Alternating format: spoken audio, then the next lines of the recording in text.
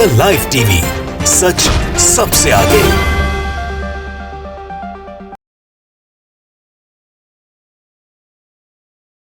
नमस्कार, आप देख रहे हैं द लाइव टीवी और मैं आपके साथ जुनेद अंसारी। और जिस तरह से किसान जो है लगातार आंदोलन चल रहा है और आगे बढ़ता जा रहा है, लेकिन बंगाल में जिस तरीके से प्रधानमंत्री जाते हैं, प्रधानमंत्री में फिर जो है अब पुलवामा की बात कर दी चुनाव में रैली में।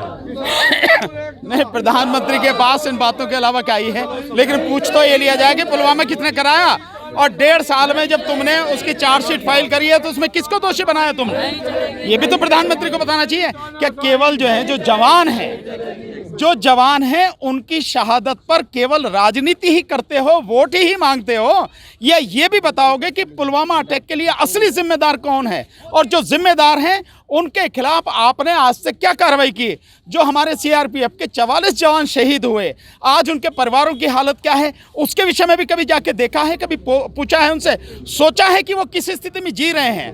तो उनकी जो देखभाल करने की बजाय, असली गुनहगारों के खिलाफ चार्जशीट फाइल करने के बजाय, उनको दोषी सिद्ध करके उनको कड़ी से कड़ी सजा दिलवाने की बजाय आप केवल पुलवामा का जो नाम लेके और वोट मांगने, बस यही रह गया है। इतना ही स्तर गिर चुका है प्रधानमंत्री का। नहीं, ये देखिए, केवल लोगों को मूर्ख बनाने वाली बात है। इस देश में कोई विकास नहीं, इसलिए चुनाव में, क्योंकि जनता को भी मालूम है कि विकास कुछ नहीं है, इसलिए विकास के नाम पर कोई वोट नहीं मिलेगी। तो इसलिए वो जो राजनीति करते हैं, वो राष्ट्रवाद की राजनीति करते हैं, देशभक्ति की बात करते हैं और शहीदों के खून पर वो जो है राजनीति करके उनसे वोट मांगते हैं। ये है हकीकत। जबकि अगर आपने विकास किया है तो विकास के नाम पर वोट मांगो, लेकिन नहीं, क्योंकि राजनीति है, आप जाति की करते हो, धर्म की राजनीति करते हो, लोगों को आपस में लड़वाते हो। आपने इस देश के जो है पूरी तरह से किसानों को तबाह कर दिया है, गरीबों को तबाह कर दिया है। देश में सबसे भयानक बेरोजगारी की स्थिति से देश गुजर रहा है। 35 करोड़ से ज्यादा लोग इस समय बेरोजगार हैं और उस समय आप राजनीति कर रहे हो पुलवामा पर। तो पुलवामा पर तो सच्चाई का भी पता लगा, वो कुछ नहीं। अच्छा, आपने कहा किसानों को बर्बाद कर दिया, लेकिन प्रधानमंत्री जी ये भी कहते हैं ना कि 7 सालों में जो हमने काम किया किसानों के लिए, बिल्कुल सही कह रहे हैं। 7 सालों में इस देश के किसानों का जितना मोदी सरकार ने बर्बाद किया है, इससे पहले किसी सरकार ने बर्बाद नहीं किया। ये किया है उन्होंने काम जो किया है। जो विदेशी कानून वो लेकर आए हैं वो यहाँ के नहीं हैं। जो यूरोप में, अमेरिका में वो कानून वहाँ फेल हो चुके हैं, वहाँ किसानों की जो हालत है वो बेकार हो चुकी है। अगर यूरोप के देश, अमेरिका किसानों को बड़े पैमाने पर जो वहाँ पे बहुत बड़ी मात्रा में जो सब्सिडी देते हैं, जैसे अगर अमेरिका की बात करें तो एक किसान को $60,000 प्रति वर्ष जो है सब्सिडी मिलती है। मतलब अगर इसको रुपए में कन्वर्ट करें तो 42 लाख रुपए एक किसान को अमेरिका जो है अपने यहाँ पर सब्सिडी देता है। भारत में क्या होता है? भारत में एक किसान को 16,000 रुपए के लगभग सब्सिडी मिलती है और वो भी अब सरकार खत्म कर रही है और ये कानून लाद रही है। तो क्या किया सरकार ने? पूरी तरह से बर्बाद किया। जहां तक रही, और इसको थोड़ा सा और आप देखें कि एमएसपी आप घोषित कर रहे हो, मिल कहीं नहीं रही एमएसपी कहीं नहीं मिल रही। तो आपने किया क्या है? दूसरा, जो गन्ना किसान हैं, गन्ना किसानों का 15,683 करोड़ रुपया बकाया पड़ा है पिछला 2 साल का। यानी उस पर जो ब्याज मिलता है, अगर उस पर ब्याज मिनिमम 5% भी अगर मान लें तो 1,500 करोड़ रुपए तो उसका ब्याज हो गया 2 साल में। यानी जो वो सारी चीजें हैं वो मतलब एक हमारा ही पैसा, किसान का ही पैसा है और किसान के पैसे को वो जो व्यापारी हैं, जो शुगर मिल मालिक वाले हैं, वो इस्तेमाल करते हैं और उनका ब्याज जो है उसी से वो हर साल एक नई फैक्ट्री खड़ी कर ले रहे हैं। ये सरकार ने किया है। सरकार का ध्यान है इस पे कभी? प्रधानमंत्री जी अपने लिए 20,000 करोड़ के तो जहाज ले आते हैं, लेकिन 15,683 करोड़ की जो है बकाया है उसे नहीं दे सकते प्रधानमंत्री। यानी अपनी मौज, उसमें कमी नहीं होनी चाहिए, अपनी मस्ती में कमी नहीं होनी चाहिए। किसान मरे तो मर जाए। ये क्या है 6-7 साल में जो मोदी जी ने? इस वक्त तो देखा गया था कि सभी वर्ग जो सड़कों, बैंक, LIC हो, रेलवे वाले हो, सभी लोग सड़कों पे आ रहे हैं कि प्राइवेट नहीं होना चाहिए कुछ भी। लेकिन दूसरी तरफ अभी उसी दिन की बात है, वित्त मंत्री जो हैं वो कह रही हैं कि अब ये प्राइवेट करेंगे, ये चीज़ प्राइवेट करेंगे, इतना पैसा एकत्र करेंगे। नहीं, देखिए, ये लोगों को केवल जो सरकारी उसमें हैं, या यूँ कहो कि PSU के जो लोग हैं या बैंकों के लोग हैं, केवल उनको नहीं पूरे देश को आना चाहिए। और ये PSU और ये जो है सारे, इनकी नौकरियां तो जानी तय हैं। क्योंकि आप देखिए कि जिस चीज को प्राइवेट हाथों में दे देंगे उसमें जितनी नौकरियां हैं करीब 75 से 80% नौकरियां साफ हो जाएंगी। जैसे अगर आप इन बैंकों की, 4 बैंकों की जो बात कर रहे हैं, इंडियन ओवरसीज बैंक की और बैंक ऑफ इंडिया वगैरह की जो बात हो रही है, सेंट्रल बैंक की और महाराष्ट्र बैंक की, इनकी बात, लगभग 1.25 लाख लोग इसमें जो काम करने वाले हैं, जिस तरह की बात समझ में आ रही है, तो इसमें से 1 लाख लोगों की नौकरी चली जानी है। तो लोगों को आना चाहिए। अब दिक्कत क्या हो रही है, बैंक वाले अलग हड़ताल कर रहे हैं, LIC वाले अलग हड़ताल कर रहे हैं, इंश्योरेंस कंपनी वाले अलग कर रहे हैं, PSUs वाले अलग कर रहे हैं। यार जब तुम कर ही रहे हो, जब सबको बर्बाद करने वाला एक ही व्यक्ति है, एक ही सरकार है, सारे लोग मिलकर क्यों नहीं करते हैं? सारे लोग इकट्ठे होकर मिलकर करें। जैसे आप दिल्ली में देखें, दिल्ली को घेर चारों तरफ से 5 मोर्चों पर दिल्ली को किसानों ने घेर रखा है। क्या ये जो बाकी लोग हैं, जो बाकी और रास्ते हैं, उनको रोक नहीं सकते, उनको बंद नहीं कर सकते? इसलिए उनको लोगों को सोचना चाहिए कि इस आंदोलन के साथ आके जितने भी लोग परेशान हैं, सबको इकट्ठा होके लड़ाई लड़नी चाहिए। इकट्ठा होके लड़ेंगे, हमारी ताकत कई गुना हो जाएगी। अलग अलग लड़ेंगे तो सब अलग अलग पिटते रहेंगे, कुछ होना नहीं। रोजगार की बात करते हैं, लेकिन एक आंकड़ा जो आया है, जो चीज़ प्राइवेट हुआ है उसमें हर साल जो है लगभग 40 से 50 हज़ार मतलब नौकरियां लगातार कम हो रही है। नहीं, वो मैं तो पहले ही कह रहा हूँ। देखिए PSUs में जो है करीब 15 लाख लोग थे। आज की तारीख में जितने PSUs बेच दिए गए हैं, उनमें तकरीबन 5-5.5 लाख नौकरियां जा चुकी हैं। ठीक इसी तरह से अगर आप रेलवे में देखें, रेलवे में 2 लाख भर्तियां करने की बात हो रहे थे, वो भर्तियां तो हुई नहीं बल्कि और निकाली जा रही हैं।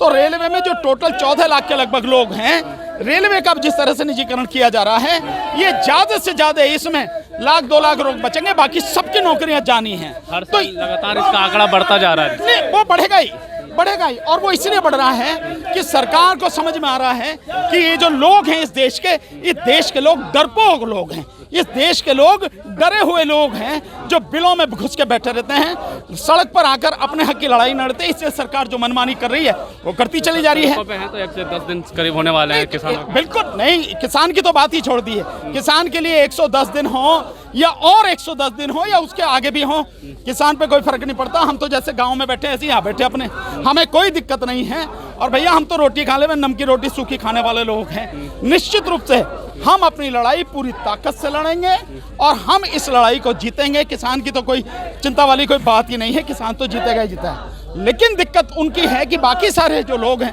वो क्यों बिलों में घुसे बैठे हैं, वो क्यों डरे बैठे हैं। उनको बाहर आना चाहिए, उनको बाहर आके संघर्ष करना चाहिए।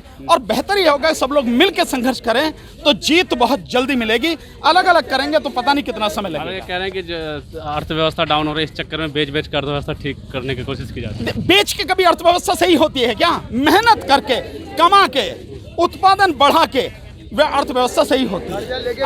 अगर आप देखिए, आपके पास घर है और दुकान है तो दुकान भी बेच दो, आप घर भी बेच दो, इससे अर्थव्यवस्था ठीक होना बताएंगे आप?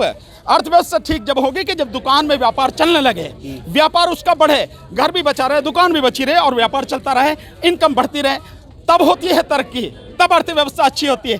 लेकिन अब सब कुछ आप बेच दोगे और उसके बाद आप कहोगे कि अर्थव्यवस्था सही हो जाएगी, इससे बड़ा पागलपन, इससे बड़ा झूठ मैं नहीं समझता कुछ हो सकता। अच्छा, आंदोलन से लगता नहीं कुछ फर्क पड़ा? क्योंकि बैंक कर्मचारी जब सब सड़कों पे थे तो उस टाइम पे घोषणा की गई थी प्राइवेट का सड़कें भी बेची जाएंगी। नहीं, देखिए बेची जा रही है, उन्होंने तो अब डिपार्टमेंट बना दिया। जो 100 जो PSUs हैं जिनकी लिस्ट अभी जारी होने वाली है, वो बेचे जा रहे हैं। तो इसके लिए देश की जनता के हर व्यक्ति को सोचना चाहिए कि ये जो स्थिति है, ये स्थिति पूरी तरह से देश को बर्बाद कर देगी। और जब सब कुछ बिक जाएगा, तुम्हारे पास कुछ नहीं रहेगा, देश के पास कुछ नहीं रहेगा, तो आने वाली पीढ़ी उसके लिए नौकरी कहाँ से लाओगे? कब तक जो है प्रधानमंत्री पुलवामा का पे चुनाव लड़ते हैं? 19 से लेकर अब तक हर राज्य में जहाँ जहाँ चुनाव हुए हैं। नहीं, वो तो जब तक भी उसका इस्तेमाल कर सकते हैं तब तक करेंगे उसका इस्तेमाल। प्रधानमंत्री तो भाई उनकी तो जो स्थिति है उसके विषय में कुछ भी कहना बेकार है। वो तो देशभक्ति के नाम पर और राष्ट्रीयता के नाम पर, पुलवामा सैनिकों के नाम पर जब तक होगा चुनाव, जब तक वो। अच्छा, लास्ट में क्या कहेंगे, क्या संदेश देना चाहेंगे? नहीं, मेरा संदेश यही है कि जो लोग अलग अलग होकर लड़ रहे हैं, चाहे वो बैंक के कर्मचारी हों, चाहे LIC के हों, चाहे भिन्न भिन्न जो इंश्योरेंस की कंपनी है उनके लोग हों, चाहे PSUs के लोग हैं, आप लड़ते रहिए, आपको कुछ हासिल होगा नहीं। सब पे ताला लगाइए और इकट्ठे होकर मिलकर लड़िए। मैं फिर दोहरा रहा हूँ इस बात को, जिस तरह से किसानों ने दिल्ली के चारों तरफ ये 5 मोर्चे घेर रखे हैं, बाकी सब लोगों को भी आके दिल्ली के जो बकाया जो रास्ते हैं सबको बंद करो और प्रदेश की राजधानियों में भी राजधानियों को बंद करो। सब लोग मिलके इकट्ठे होके अपनी लड़ाई लड़ो, तभी जीत पाएंगे, नहीं तो कुछ नहीं। ऐसा नहीं है जिसके ऊपर बीत रही है वही सड़क आ रहा है, दूसरा सोच रहा है, जैसे जिस पे बीत रही, पहले बैंक वाले नहीं थे, फिर बैंक में बीती, बैंक वाले वापस आए, निश्चित यही दुर्भाग्य है कि जिसके ऊपर पड़ रही है, जब पड़ती है उसकी चांद पे बजने लगती है तब वो आता है, उससे पहले नहीं सोचता। जबकि उनको पहले मालूम है जब पूरे देश को बेचा ही जा रहा है तो बचेगा तो कोई भी नहीं। तो जब कोई बचेगा ही नहीं तो आप इंतजार किस बात का कर रहे हो? क्यों नहीं आप इस बात को समझ के सब लोग इकट्ठे होके सही समय पर कदम उठाओ और मिलके लड़ो इस लड़ाई को। बिल्कुल, बहुत धन्यवाद आपका। साफ तौर पे जिस तरीके से किसान सड़कों पर बैठे हैं, वैसे सुप्रीम कोर्ट के वकील भानु प्रताप हमारे साथ थे। उन्होंने बताया कि बैंक जो है, चाहे वो LIC वाले हैं या जो भी हो, सबको जो है एक साथ जो है आके जो है लड़ना पड़ेगा, सरकार के खिलाफ लड़ना पड़ेगा। आंदोलन जो है वो चल रहा है, वैसे ही चलना पड़ेगा, क्योंकि जिस तरीके से अलग अलग लड़ने पे जो है सारे वर्ग जो कमज़ोर हो जाएंगे। तो इस तरीके से अपील भी की है यहाँ पे सुप्रीम कोर्ट के वकील भानु प्रताप ने। और आपको बता दें कि जिस वक्त सड़कों पे सारे जो बैंक कर्मचारी थे, LIC कर्मचारी थे, जो भी थे, सभी जो सड़कों पर थे, तो बात ये हुई कि उस वक्त आंदोलन चल रहा था कि प्राइवेट ना किया जाए। दूसरी तरफ जो है वित्त मंत्री निर्मला सीतारमण जो ऐलान कर रही थी कि ये चीज़ें जो हैं प्राइवेट होने वाली हैं, इस विभाग से प्राइवेट चीज़ें होंगी, इस विभाग से प्राइवेट होगा। तो एक तरफ जो रोज़गार की बात करती थी सरकार की, हर साल जो 2 करोड़ रोज़गार दिए जाएंगे, वो तो बात बहुत दूर है, रोज़गार तो नहीं मिल रहा। लेकिन जो रोज़गार में थे बैंक कर्मचारी या BSNL कर्मचारी या ऐसी जो चीज़ प्राइवेट हो रहा है, उनका एक आंकड़ा आया है कि हर साल जो है बेरोजगारी, उसमें से जो है बेरोजगार की संख्या बढ़ रही है, यानी जिसकी नौकरी, उनकी लगातार नौकरियां जा रही है। तो सवाल ये उठता है कि आखिर कब जो है इस तरीके ऐसे ही प्राइवेटाइजेशन करते रहेंगे, क्योंकि क्या कारण है, क्या नीतियों में कमी है कि हर वर्ग जो है आज सड़कों पर है।